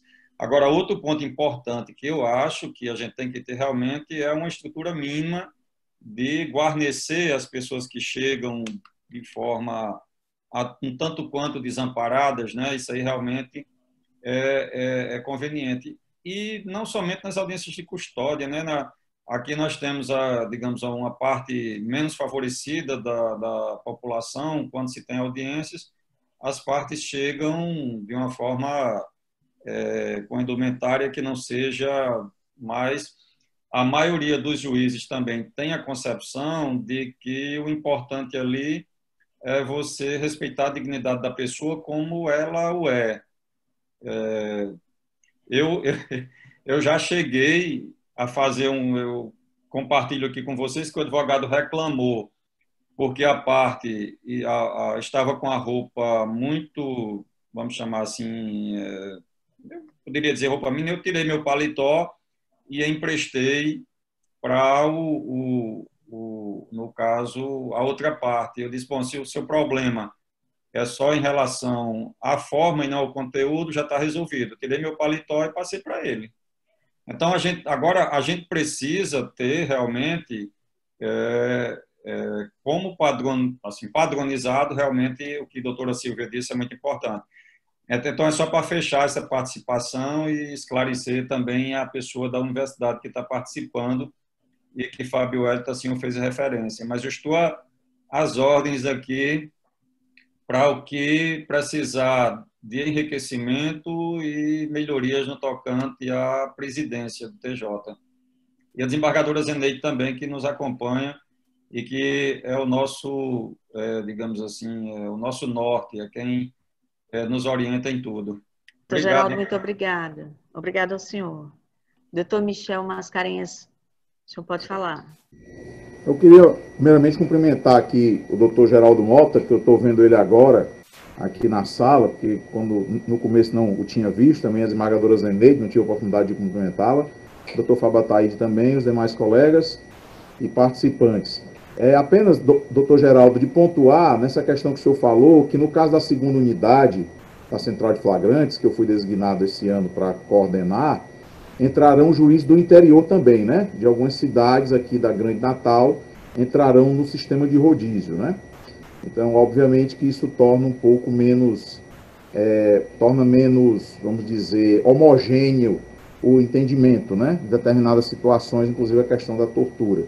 Pois bem, mas eu queria apenas dizer rapidamente que o webinário que nós tivemos agora há pouco foi muito proveitoso, a questão do atendimento psicossocial pré e pós audiência de custódia. Eu pontuei que esse tipo de atendimento na hora da decisão do magistrado com relação ao flagrante, se vai aplicar uma medida protetiva, ou se vai aplicar uma medida cautelar diversa da prisão, ou se vai aplicar a própria prisão, é muito importante. Nós temos, por exemplo, essa semana chegou para nós uma decisão recentíssima do STF, no que diz respeito a não deixar preso pais de menores de 12 anos, e a gente precisa ter um embasamento social disso, e assim, esse trabalho de atendimento é muito importante para ajudar os magistrados, uma coisa que eu até mencionei, e também a questão da ressocialização, porque o atendimento pós, ele é muito importante, assim como o pré, para a gente conhecer as pessoas, conhecer com quem nós estamos lidando e qual é a melhor forma de tratar aquela pessoa, evitando muitas vezes que ele entre sem necessidade no sistema carcerário, ou se ele entrar, que ele tenha um tratamento direcionado. E aí, doutor Geraldo, para finalizar, o senhor como representante da presidência, e a desembargadora Zeneide está aqui também, a necessidade da gente formar essa rede com o Poder Executivo, né? Afinal de contas, a administração direta dos estabelecimentos prisionais está na mão do Poder Executivo. E cabe a nós do Poder Judiciário a gente provocar para poder fazer essa arregimentação e formar essa rede de atendimento para que as audiências de custódia continuem tendo o sucesso necessário para o qual elas foram criadas. É isso que eu queria dizer, agradeço aqui a atenção e a presença de todos.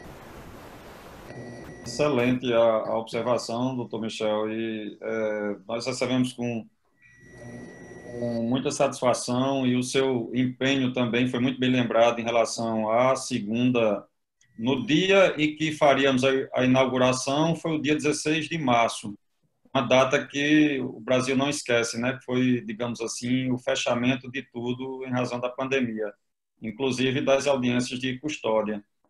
E esse projeto ele tem uma importância significativa, vai prosseguir, e tenho certeza que você irá nos ajudar muito com relação à segunda unidade de atendimento. A desembargadora Zeneide já conseguiu espaço, e ela é muito aguerrida e já conseguiu praticamente toda a parte de estrutura, e também já estava mais ou menos bem definida a questão dos servidores, mas o poder executivo está também muito atento a nos ajudar nessa parte, e irá nos ajudar. O que houver assim, de necessidade de diálogo, a presidência sempre tem um bom diálogo com todo o âmbito do município de Natal, do estado do Rio Grande do Norte, no sentido de demonstrar que a sociedade precisa dar uma resposta satisfatória, que a pessoa chegue, que seja atendido, que tenha todas as garantias. E isso é o que eleva o sistema judiciário e que, digamos assim, melhora o padrão de conceito da resposta do judiciário perante a sociedade. E os representantes do executivo, eles têm esse compromisso com o Poder Judiciário, e foi muito importante você ter tocado nesse assunto. Obrigado, doutor Michel. Obrigada, doutor Michel. Obrigada, doutor Geraldo. Doutor Gustavo Marinho, por favor, a palavra é sua. Eu estava numa outra sala, e na companhia do nosso querido aqui, doutor Michel, e a doutora Ana Carme e a doutora Nara, e na oportunidade eu fiz uma abordagem sobre o tema era atendimento psicossocial pré e pós audiência de custódia, mas dentro dos aspectos que me coube, eu trouxe mais uma experiência vivida pelo programa Novos Rumos, que ao longo desses últimos mais de 10 anos, acho que estamos desde 2009 com o programa, interagimos de forma bem contundente nessa parte de atendimento psicossocial, de uma forma bem pioneira aqui no âmbito do Tribunal de Justiça, né? E agora, com essa visão, com essa abrangência institucionalizada trazida pelo CNJ, né? Desde que vem tentando se implantar, e agora de forma mais forte, eu vejo que muitas coisas aconteceram, muitas coisas foram dentro do que a gente trabalhou, né? Do que a gente promoveu.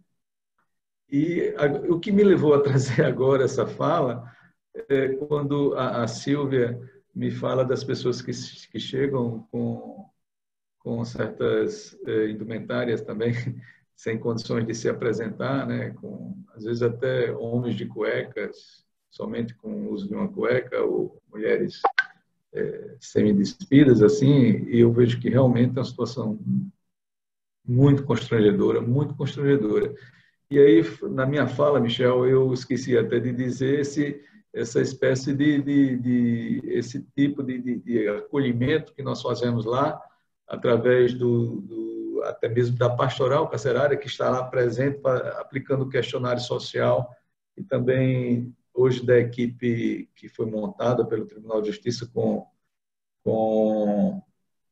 os estudantes de pós-graduação, doutor Geraldo, que através daquele termo de convênio de cooperação, firmado o ano passado, acho que foi em junho, julho, nós trabalhamos, e vieram aquela equipe de pós, de estagiário de pós, inclusive está Está faltando um que teve que sair, né? Vai ser reposto, acredito que em breve. Mas temos duas pessoas, aí o Daiane e a Laís. A Laís, inclusive, eu já vi aqui, é da Universidade de Férias. E elas têm feito um trabalho muito importante nessa entrada, né, da custódia, inclusive vendo essa situação, Silvia, essas pessoas que chegam com essa situação. E lá nós dispomos, assim, organizamos com a pastoral, e a pastoral nos disponibilizou algumas indumentárias, assim, uma camiseta, um short, uma blusa, para que as pessoas possam, com dignidade, né, participar de uma audiência de custódia. É uma coisa simples, uma coisa, mas que, se não for olhada, acontece e é muito constrangedor, né? Até um custodiado masculino sem camisa é uma coisa constrangedora, né? Então, é um atendimento que nós fazemos, eu esqueci de falar, Michel, naquela nossa oportunidade ali da sala, e eu trago aqui o grupo maior, né, o grupo geral, até como forma de expor a todos que o tribunal tem o programa Novos Rumos, que vem fazendo alguma coisa e tem se tornado uma certa referência nesses tópicos, nessa matéria de abordagem, de acolhimento e humanização do sistema carcerário e sistema de justiça também. Então, Gustavo, muito obrigada. Passo a palavra agora para João Paulo. A palavra é sua, João Paulo Diogo. Nosso consultor para o assunto de audiência de custódia, que está aqui no Rio Grande do Norte, nos honrando com sua presença e com o seu conteúdo também. João Paulo, por favor, a palavra é sua. Em primeiro, eu gostaria de agradecer a todos e todas que estão aqui hoje. Acho que essa é uma data extremamente marcante para a gente que acompanha as audiências de custódia no Rio Grande do Norte, especialmente pelo significado que ela tem, que é de comemorar um momento que o tribunal contribuiu para fazer um marco civilizatório no direito potiguar. Eu afirmo isso na perspectiva de que a data de assinatura pelo desembargador que assinou em 2015 está intimamente ligada a um fato extremamente desvirtuoso para o Estado, que foi a divulgação de crimes ligados à tortura em âmbito nacional de uma determinada viatura da Polícia Civil Militar. Então, a assinatura desse documento sinalizava o compromisso do tribunal público em combater a tortura. E eu acho importante destacar isso, que foi o dia 9 de outubro. Então, o Tribunal do Rio Grande do Norte vem sempre se apresentando enquanto um tribunal arrojado na perspectiva da garantia de direitos. Eu queria também aproveitar a minha fala para sinalizar a importância que esse tribunal teve no esforço de garantir o Instituto. O doutor Lanfred sempre sinaliza para a gente, das oportunidades que a gente tem contato com ele, de que os dados eles são uma memória que não se apagam. Então, eu gostaria aqui de partilhar com vocês, muito rapidamente, alguns dados que a gente extraiu dos bancos de dados do tribunal, do volume de audiência de custódia que aconteceram no Estado. Porque eu acho que esses números, eles dizem muito do esforço do conjunto de magistrados e magistradas tiveram para realizar esse instituto durante esses 5 anos. E foi um esforço muito hercúleo em uma condição extremamente adversa, onde a todo momento o Tribunal de Justiça do Rio Grande do Norte precisava prestar contas à sociedade sobre o seu fazer. Só trazendo um outro fato, o primeiro ano de audiência de custódia no Rio Grande do Norte, de execução, o tribunal teve a tarefa de apresentar os dados à sociedade e justificar os efeitos que esses dados repercutiram, porque ao primeiro momento as pessoas resistiram a esse importante instituto de salvaguarda de direito. Mas o que muito me alegra é dizer que a história se mostrou-se verdadeira no sentido de dizer que o tribunal caminhou na direção era o justo e o certo. Então, quando o Poder Legislativo incluiu no Código Penal, nos processos penais, a audiência de custódia, não foi à toa. Foi um esforço na perspectiva da demonstração do conjunto de atores de que esse instituto era importante.